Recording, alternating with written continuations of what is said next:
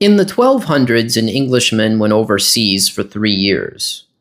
Upon his return, he found that his wife had given birth to a child. Now, this birth occurred just a month before he returned, so there was no way possible that he was the father of this child.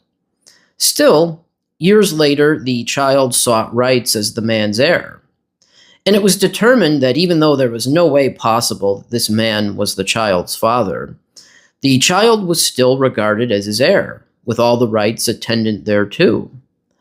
This was because under the English common law, there was a strong presumption that the husband was the father of any child born to his wife during the marriage.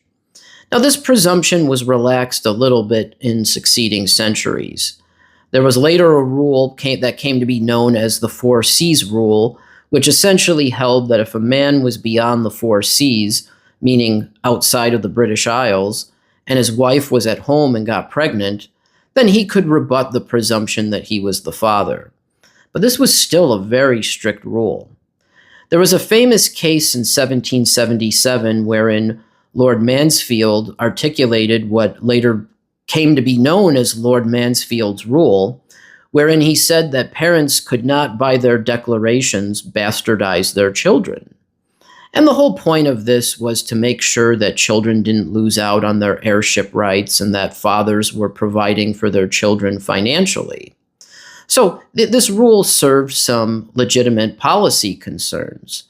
Now, these presumptions are still in effect in most common law jurisdictions, although the means whereby they can be rebutted have obviously expanded greatly. And some of that has to do with DNA and scientific breakthroughs. Nonetheless, this rule serves as yet another example of how the law looks out for women and children and imposes very consequential obligations on men.